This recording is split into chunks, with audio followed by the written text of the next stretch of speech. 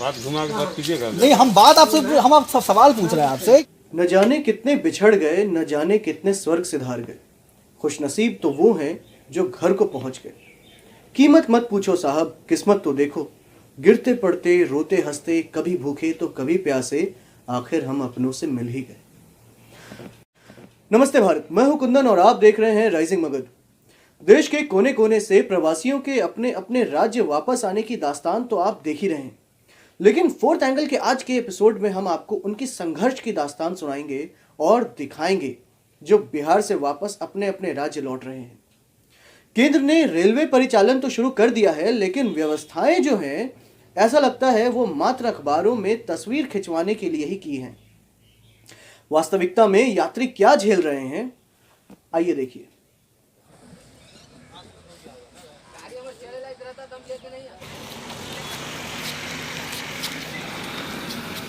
छोटू, कहाँ जाना है? यूपी जाना है? घर जाना है? अच्छा, अभी कुछ खाना पानी कुछ पूछा गया यहाँ पर? नहीं पूछा गया? कोई नहीं आया? कोई अधिकारी और कोई नहीं आया पूछने के लिए कि आपने कुछ खाया है कि कुछ पानी नहीं पिया? कोई नहीं पूछने आया? भूख लग रही है? कोई पूछने नहीं आया? सर हम उत्तर प्रदेश से आए थे। कितना किराया लिया गया? 2125 रुपए। 2125 रुपये? 22 रुपए है। यहाँ 2125 रुपए है थर्ड एसी में। 22 रुपए। हाँ जी, वो राजधानी का ही किराया है। लगभग आपने राजधानी का किराया दिया है? लगभग नहीं, वो है ही राजधानी का किराया। राजधानी का किराया है। और इस तरह से मजदूरों के जैसे आप जा रहे हैं, मतलब कि जनरल, उससे भी हमसे बदतर तो है। भिखारी बढ़िया है। जब टाइम पे खाना तो खा रहे हैं, हम तो वो भी नहीं खा रहे। हिंदी मुहावरा सुना होगा आपने, गधे का जन्म छूटना, अर्थात जो जिंदगी में कभी न किया वो करना। न जाने कितने लोगों ने कभी राजधानी ट्रेन में सफर करने की कल्पना भी नहीं की होगी, लेकिन जय हो कोरोना बाबा, इन्हें वो मौका मिला। खैरात में नहीं, बल्कि बकायदा पूरे पैसे देकर एसी राजधानी ट्रेन का टिकट लेकर ट्रैवल कर रहे हैं ये। अब देखिए विडंबना, इतने पैसे खर्च करके इंसान ट्रेन का इंतजार कैसे कर रहा है। जब धक्के खा रहे हो, उधर से पैदल आओ, इधर से जाओ, उधर से जाओ।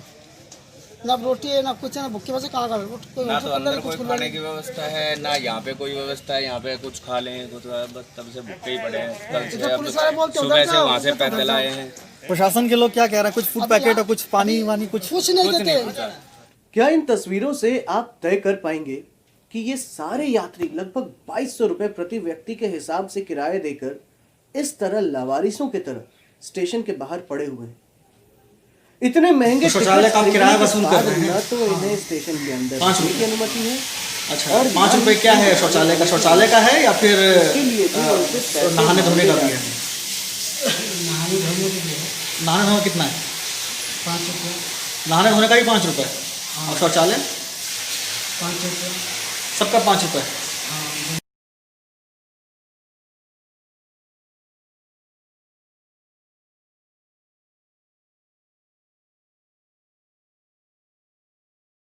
धूप से बचने के लिए कुछ लोगों ने स्टेशन के फुट ओवर ब्रिज की सीढ़ियों का सहारा लिया ताकि चिलचिलाती धूप से बच सकें, लेकिन रेलवे प्रशासन ने उन्हें फटकार के भगा दिया और ताकि वो वापस सीढ़ियों पे ना बैठ सकें, देखिए quick action by railway management. यहाँ अगर यहाँ बैठे हैं तो यहाँ बैठने से भी बैठा दिया है। बोले यहाँ से धूप में जहाँ भी बैठो पर यहाँ मत बैठो। अच्छा, आप छाव में बैठे हुए थे? हाँ, यहाँ पे बैठे थे छाया। आप छाव में बैठे थे? हाँ, तो क्या बोला गया आपको? यहाँ से भी निकाल दिया। बोले यहाँ लोग है, ये सब बंद है, ये बंद करने लग रहे हैं ये। अच्छा, वो बंद कर रहे हैं? हाँ, अंदर भी बोल रहे नहीं जाने के लिए। अच्छा, अंदर भी मना कर रहे हैं, तो ये क्यों कर रहे हैं? आपने पूछा नहीं कि भाई हम लोग तो नहीं यहाँ से एंट्री नहीं है ना सर। वैसे कुल मिला के यहाँ से एंट्री नहीं है, ये स्टेशन का गेट है इसलिए। अच्छा, तो स्टेशन का गेट है तो इन्होंने आपको छांव से हटा दिया। हमने जब अधिकारियों से बात की कि यात्रियों के लिए ठहरने की कोई व्यवस्था वगैरह नहीं है क्या, तो देखिए जवाब क्या आता है। ये लोग का 2 घंटा पहले अलाउ है, ठीक है। अच्छा, हम तो बाइक नहीं ले। नहीं ठीक है, ठीक है, ठीक है, नहीं ठीक है, जो आप बता रहे, जो आप जानकारी दे रहे हैं वो जानकारी तो हम 2 घंटा पहले अलाउ है। 2 घंटा पहले आएंगे ये लोग का मेडिकल चेकिंग हो, स्क्रीनिंग हो, तब एंट्री दिया जाता है। अच्छा, इनकी गाड़ी का जो समय है उस गाड़ी के समय से 2 घंटे पहले 2 इनको। घंटा पहले ये अलाउ है। अच्छा, अब कोई 24 घंटा पहले आ जाए तो उसके लिए कोई क्या करे फिर? दोस्तों, इनकी बात सुनकर ऐसा नहीं लगता कि यात्रियों को ये खैरात बांट रहे हैं। ठीक बात है कि 2 घंटे पहले की परमिशन है, लेकिन बात यह समझने की है कि पब्लिक ट्रांसपोर्ट की हालत चरमराई हुई सी है ऊपर से ज्यादातर यात्री पटना से दूर के इलाकों से आए हैं। ऐसे में जब पब्लिक ट्रांसपोर्ट का कोई माई बाप नहीं है तो आप कैसे उम्मीद लगा सकते हैं इनसे कि ये ट्रेन आने से एग्जैक्ट 2 घंटा पहले आए। एक और बात पर प्रकाश डालता हूं, इन यात्रियों ने सिर्फ रेलवे का किराया नहीं भरा है। आइए इन्हीं से सुनिए कि अपने अपने घरों से स्टेशन तक कैसे पहुंचे हैं, कितने रुपए खर्च किए हैं। अब फिलहाल हम जो किराया हम पहले राजधानी का 7,000 दे गए थे, अब हमारे से 21,000 रुपये लिए गया। वही पहले ट्रेन बताई गई थी दाना पटनापुर स्टेशन से, और सर अब वहाँ पे हम टैक्सी करके आए 13,000 रुपये में, और अब मधेपुरा से आप वहाँ पहुँचे थे? जी सर। कितना आपने टैक्सी का किराया दिया? 13,000 रुपये दिया। 13,000 आपने दिया टैक्सी का, दानापुर स्टेशन का? हाँ जी। इतनी परेशानी झेलने के बाद न तो सरकार न तो रेलवे प्रशासन की ओर से खाने की व्यवस्था की गई है। खाना तो छोड़िए जनाब, पेयजल पीने का पानी के लिए लोग तरस गए हैं। आसपास कोई दुकान खुली नहीं है।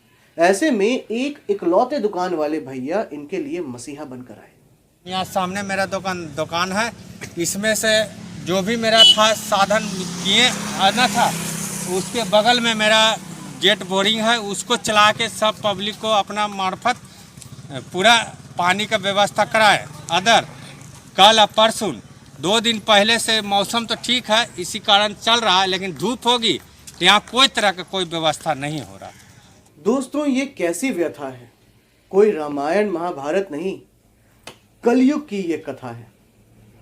जब हमने रेलवे प्रशासन से बात करने की कोशिश की तो किस तरह ये जनाब बौखला गए और हिंसा की कोशिश की, आइए देखिए। लेकिन सर प्रशासन के स्तर पर जो है कि जो मानवता के नाते जो करना चाहिए वो, अगर मान लीजिए अगर ये छांव में बैठे हुए हैं तो क्या यहाँ पर इस बात को देखा जाना ज़्यादा जरूरी है? नहीं ठीक है, आपको हम बाइट नहीं ले रहे, सिर्फ हम आपसे सवाल पूछ रहे हैं। आप हाथ नहीं लगाइए, आप हाथ नहीं लगाइए, सिर्फ आपसे हम जानकारी लेना चाह रहे हैं। बस यही जानकारी आप देना चाहते हैं कि बस चूंकि जो रूल है वो इन लोग को छांव में नहीं देना है। बात घुमा के बात कीजिएगा। नहीं, हम आपसे सवाल पूछ रहे हैं आपसे कि क्या मतलब कि प्रशासनिक स्तर पे जो है मानवता कहीं पर कोई मैटर नहीं करती है सर? मानवता जितना फॉलो हो रहा है।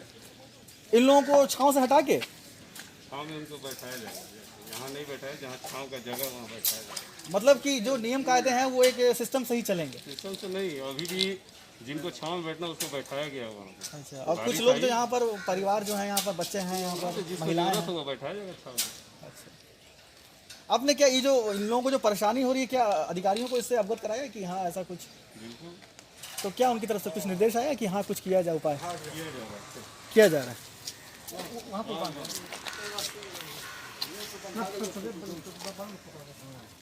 एक सवाल, ऑन ड्यूटी सरकारी कर्मचारी पे हिंसा को लेकर बहुत सारी धाराएं हैं। ऑन ड्यूटी मीडिया पर्सन पर हिंसा करने के लिए क्या सजा है? अब तो शायद आदत डालनी पड़ेगी, क्योंकि इसके कुछ ही दिन पहले हमें मसौड़ी में रजिस्ट्रार ऑफिस के पास भीड़ ने रोक दिया था खबर करने से। शायद सच दिखाने की यही कीमत होती है, लेकिन हम सच दिखाते रहेंगे। आइए एक और बात पे रोशनी डालता हूं। सिस्टम, गवर्नमेंट, बहुत सारे लोग जुड़े हुए हैं इस बड़े से सिस्टम में, और हम आशा करते हैं कि जब भी कोई योजनाएं बनती हैं, किसी चीज का ऑर्गेनाइजेशन करना होता है, तो सब कुछ अच्छे से होगा, क्योंकि बहुत सारे लोग छोटे से लेकर बड़े स्तर तक जुड़े हुए हैं। लेकिन इतने बड़े सिस्टम की यह विफलता है कि कोई भी चीज बराबर से नहीं हो पा रही है। वादे तो अलग हुए जा रहे हैं, लेकिन जो जमीन पे दिख रहा है, जो धरातल पे दिख रहा है, वो कुछ और ही है। लेकिन ये ऐसी बात नहीं है कि नामुमकिन है। जब एक इकलौता एक्टर सोनू सूद इकलौते अपने दम पर इतने अच्छे से प्रवासियों को अपने अपने घरों तक भेजने की तैयारी कर रहे हैं और बखूबी काम कर रहे हैं। एक इंसान दोस्तों, एक इंसान, आम आदमी, सेलिब्रिटी अलग बात है, बट वो एक आम आदमी है, उसके जिम्मे ये काम नहीं है, फिर भी वो कर रहे हैं। सरकार जो इतनी बड़ी मैनेजमेंट है, वो क्यों नहीं कर पा रही है? सोनू सूद हर एक ट्वीट का बहुत ही बखूबी और मार्मिक रूप में उसका रिप्लाई कर रहे हैं, और सरकार की तरफ से तो नजरअंदाजगी ही दिखने को मिल रही है। सरकार मानो खुद में कंफ्यूज हो गई है कि भैया क्या करें क्या नहीं करें। यहाँ तो भारत सरकार खुद पैनिक कर बैठी है, लोगों से क्या उम्मीद करें। चलिए समावेश करते हैं, इंपॉर्टेंट पॉइंट्स पे एक बार फिर से फोकस डालते हैं। सरकार के सारे दावे झूठे साबित होते जा रहे हैं। प्रेस रिलीज के माध्यम से तो जो झूठ के पुलिंदे बांधे जाते हैं उनकी सच्चाई आपने हमारे माध्यम से तो देख ही ली। हमें दुख है कि विपदा की इस घड़ी में भी मध्यम और निचले वर्ग वाले लोग ही शिकार हो रहे हैं। अधिकारी शायद ड्यूटी करते करते थक गए हैं और अपना गुस्सा मीडिया पर भी उतार रहे हैं। अब जाते जाते आपको दिखाते हैं कि हमारे प्यारे से भारत देश में सरकार द्वारा दोहरा व्यवहार अपने ही लोगों के साथ किस प्रकार होता है।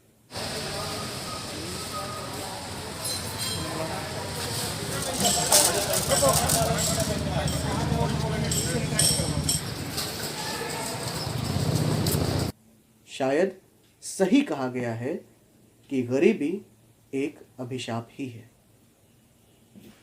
नमस्ते भारत।